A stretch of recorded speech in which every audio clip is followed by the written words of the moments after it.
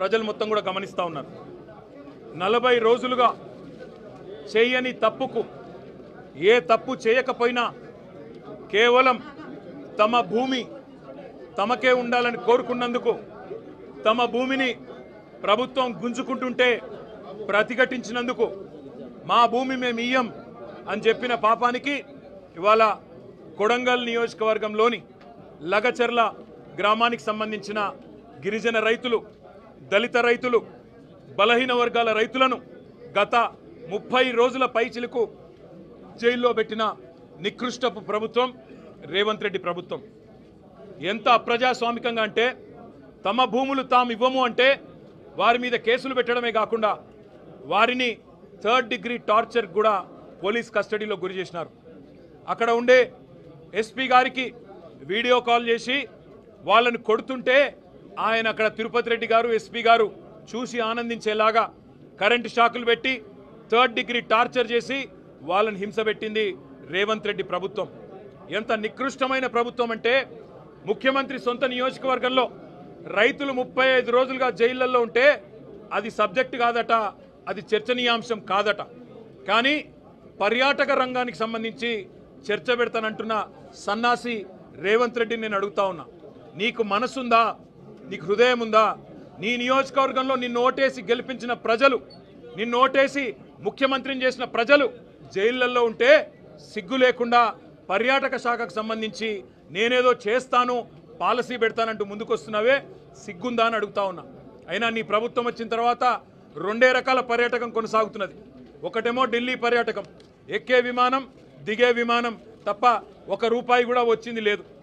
సంవత్సర కాలంగా ముఖ్యమంత్రి 30 సార్లు ఢిల్లీ పోయినాడు, మంత్రుల్లో 70 సార్లు పోయినారు. కానీ 100 సార్లు పోయినా 100 పైసలు కూడా తెలంగాణకు తేలేని సన్నాసులు ఈ కాంగ్రెస్ ప్రభుత్వం వాళ్ళు. అదే మాదిరిగా రెండో పర్యాటకం బాగా ఉంది, అభివృద్ధి చెందుతున్నది అంటే జైళ్ల పర్యాటకం. ఎవరు ఈయన మీద మాట్లాడితే వాళ్ళని జైల్లో పెట్టాలా.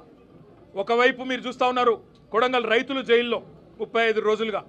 అదే మాదిరిగా సోషల్ మీడియాలో ఎవరైనా పోస్ట్ పెడితే జైలు.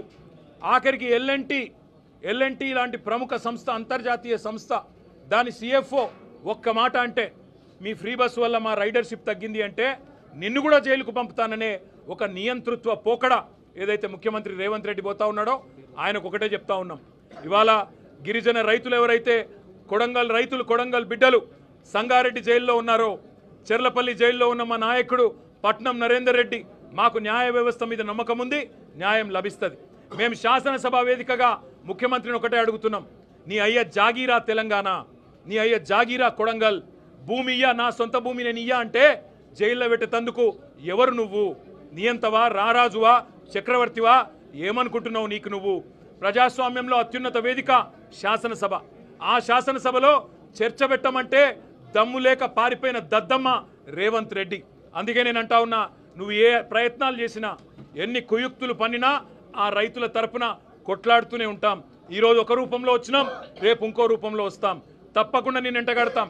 మొన్న ఇక్కడికి మేము నీ అదానితో నీ దోస్తీని ఎండగడుతూ టీ-షర్ట్లు వేసుకొని వస్తే శాసనసభలో అడుగు పెట్టనీయలేదు.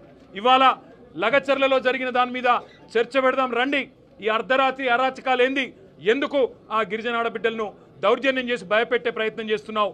మగవాళ్ళను జైలుకు పంపినావు, ఆడబిడ్డలనేమో ఇంటింటికి పోయి హింసిస్తున్నావు, బెదిరిస్తున్నావు అని అడిగితే సమాధానం చెప్పే సత్తా లేని సన్నాసి ప్రభుత్వం ఇవాళ అసెంబ్లీని వాయిదా వేసుకొని పారిపోయే ప్రయత్నం చేసింది. మేము మీ ద్వారా, గౌరవ మీడియా మిత్రుల ద్వారా కూడా రాష్ట్ర ప్రజానికానికి, ముఖ్యంగా కొడంగల్ ప్రజలకి మేము ఒకటే చెప్పదలుచుకున్నాం, మీ తరపున మేమున్నాం, మీ తరపున కేసీఆర్ గారు ఉన్నారు. ఎన్ని రకాల క్షోభ పెట్టే ప్రయత్నం రేవంత్ రెడ్డి ప్రభుత్వం చేసినా తప్పకుండా మీకు అండగా నిలబడతాం. ఇవాళ కేవలం జైళ్లలో పెట్టడమే కాదు, అరాచకం చేస్తూ ఉన్నారు. ఈ రోజు కూడా లగచర్లలో ఫార్మా విలేజ్ అనే ప్రతిపాదనను వెనుకకు తీసుకున్నట్టుగా తీసుకొని మరొక వైపు పారిశ్రామిక కారిడార్ పేరిట భూములు గుంజుకునే ప్రయత్నం చేస్తూ ఉన్నారు. అక్కడ ఉండే కుటుంబ సభ్యులను, రైతుల కుటుంబ సభ్యులను బెదిరించే ప్రయత్నం చేస్తూ ఉన్నారు. ఇంకా కొంతమంది ఎవరైతే పరారీలో ఉన్నారో వారిని ఇంకా కూడా వేధిస్తూ ఉన్నారు, వారి కుటుంబ సభ్యులను బెదిరిస్తూ ఉన్నారు. ఈ రాష్ట్రంలో జరుగుతున్నది ఒక ప్రజాస్వామ్య ప్రభుత్వమా లేక ఒక నియంత ప్రభుత్వమా, ఒక అరాచక ప్రభుత్వమా అనేది మేము అడుగుతా ఉన్నాం. శాసనసభ వేదికగా తప్పకుండా ఈ ప్రభుత్వాన్ని నిలదీస్తాం, నిజాలు బయటికి వచ్చేంత వరకు. ఈ లగచర్ల ఎందుకు జరిగింది, అసలు అనుముల తిరుపతి రెడ్డి కనుసన్నల్లో అక్కడ పోలీసులు ఎందుకు నడుస్తున్నారు? అనుముల తిరుపతి రెడ్డి కనుసన్నల్లో అక్కడ అధికారులు ఎందుకు పనిచేస్తున్నారు? ఒక రాజ్యాంగేతర శక్తిగా రేవంత్ రెడ్డి అన్న అనుముల తిరుపతి రెడ్డి అక్కడ ఎట్లా ఊరేగుతున్నాడు 200 మంది పోలీసులను పెట్టుకునే విషయాన్ని రాష్ట్ర ప్రజల దృష్టికి తప్పకుండా తీసుకొస్తాం. కొడంగల్ రైతన్నలకు, కొడంగల్ గిరిజన బిడ్డలకు మేము ఒకటే విజ్ఞప్తి చేస్తా ఉన్నాం. న్యాయస్థానం మీద తప్పకుండా మనందరికీ విశ్వాసం ఉంది, న్యాయం లభిస్తుంది. ఇప్పటికే మీరు 35 రోజులు శిక్ష అనుభవించినారు, మీకు తప్పకుండా న్యాయం లభిస్తుంది. మీరు భయపడవద్దు. కేవలం కొడంగల్ ఒకటే కాదు, ఇవాళ మా జహీరాబాద్ ఎమ్మెల్యే మాణిక్రావు గారు చెప్తా ఉన్నారు, అక్కడ న్యాల్కల్లో కూడా గొడవ జరుగుతూ ఉంది. అక్కడ కూడా రైతులు మేము భూములు ఇవ్వమంటున్నారు, కానీ అక్కడ కూడా బలవంతంగా గుంజుకునే ప్రయత్నం జరుగుతూ ఉంది. అసలు ఈ పరిస్థితి ఎందుకు వచ్చింది? ప్రభుత్వం ఆలోచన చేసుకోవాలి. 14,000 ఎకరాలు గత ప్రభుత్వం సేకరించి పెడితే దాన్ని రద్దు చేసి తిరిగి రైతులకు ఇస్తామని చెప్పింది మీరు. ఫార్మాసిటీ వద్దని చెప్పింది మీరు. ఫార్మాసిటీ రద్దు చేస్తున్నాం, రైతులకు భూములు ఇస్తాం అని ఆనాడు కందుకూరులో, యాచారంలో తిరిగి చెప్పింది మీరు. ఇవాళ ఇటు హైకోర్టును మోసం చేస్తున్నారు, అటు రైతులను మోసం చేస్తున్నారు, జైళ్లలో పెట్టి వారి కుటుంబ సభ్యులను బెదిరించే అప్రజాస్వామిక పనులు చేస్తూ ఉన్నారు. తప్పకుండా మీ భరతం రాష్ట్ర ప్రజలు పడతారు, ముఖ్యంగా రాష్ట్ర రైతులు పడతారు. అప్పటిదాకా తప్పకుండా మీ తరపున బీఆర్ఎస్ పార్టీ పోరాడుతూనే ఉంటుంది. వీళ్లకు రైతులకు జరిగిన అన్యాయాన్ని సరిదిద్దేదాకా, పెట్టిన అక్రమ కేసులు ఉపసంహరించుకునేదాకా, రైతులకు బేషరతుగా ముఖ్యమంత్రికి క్షమాపణ చెప్పి వదిలేదాకా, జైలు నుంచి విడుదలయ్యేదాకా వారి తరపున మా పోరాటం కొనసాగుతూనే ఉంటుంది.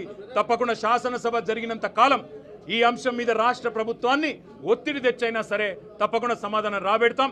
ఇవాళ పారిపోవచ్చు ఒక్కరోజు, రేపటి నుంచి ఎక్కడ పోతారో కూడా చూస్తాం. ఇవాళ మీరు నిజంగా ఒక మాట ఆలోచించండి. ఇంత ముఖ్యమైన సమస్య 40 రోజులుగా రైతులు వారు జైళ్లలో ఉంటే, అందులో ఉన్న 3 ఆరోగ్య సమస్య వచ్చి, హీరియా నాయక్ అనే రైతు గుండెపోటు వచ్చి కంప్లైంట్ చేస్తే ఆయనను హాస్పిటల్కు పోలీస్ బండ్లు తీసుకురావడమే కాకుండా ఎంత అమానవీయంగా, ఎంత క్రూరంగా, ఎంత దుర్మార్గంగా ఈరోజు బేడీలు వేసి ట్రీట్మెంట్ చేస్తున్నారో ఇక్కడ చూడవచ్చని చెప్పి కూడా నేను విజ్ఞప్తి చేస్తా ఉన్నా. ఇంతకంటే అరాచకం, ఇంతకంటే దుర్మార్గం, ఇంతకంటే చిల్లర ప్రభుత్వం ఈ భారతదేశంలో ఎన్నడన్నా చూసినామా? దయచేసి ఆలోచన చేయండి. గుండె నొప్పి వచ్చింది, ఛాతీ నొప్పి వచ్చింది అనే రైతుకి బేడీలేసి ట్రీట్మెంట్ చేసే ఒక దిక్కుమాలిన నికృష్టపు ప్రభుత్వాన్ని తప్పకుండా ఎండగడతాం. శాసనసభలోనే వారిని తప్పకుండా నిలదీస్తామనే మాట మళ్ళొక్కసారి మీ అందరి ద్వారా తెలియజేస్తూ, ఆ రైతులకు న్యాయం జరిగేదాకా వదిలిపెట్టాం, ఈ ప్రభుత్వాన్ని నిలదీస్తూనే ఉంటాం.